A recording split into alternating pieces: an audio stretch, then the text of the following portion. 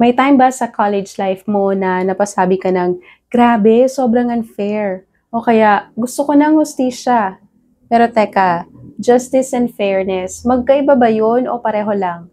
Halimbawa, may group project, ikaw todo effort, may isa kang groupmate, panay scene lang sa group chat. Pero sa bandang huli, lahat kayo 95. Fair ba yon? Parang hindi. Just ba yon?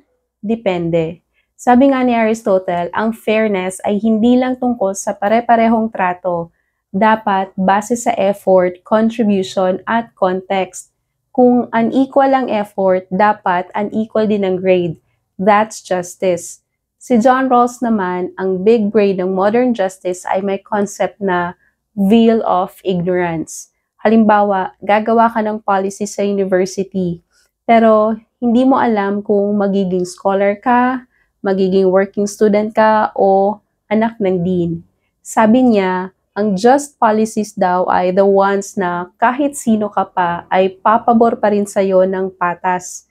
Ibig sabihin, kapag gumawa tayo ng rules o decision, isipin natin yung pinaka-inklusibo, hindi lang yung papabor sa posisyon natin. So, next time na ma-realize mong unfair to, pause and ask, unfair lang ba? O may deeper justice na hindi ko pa naiintindihan? That's it for today's video. See you in the next one!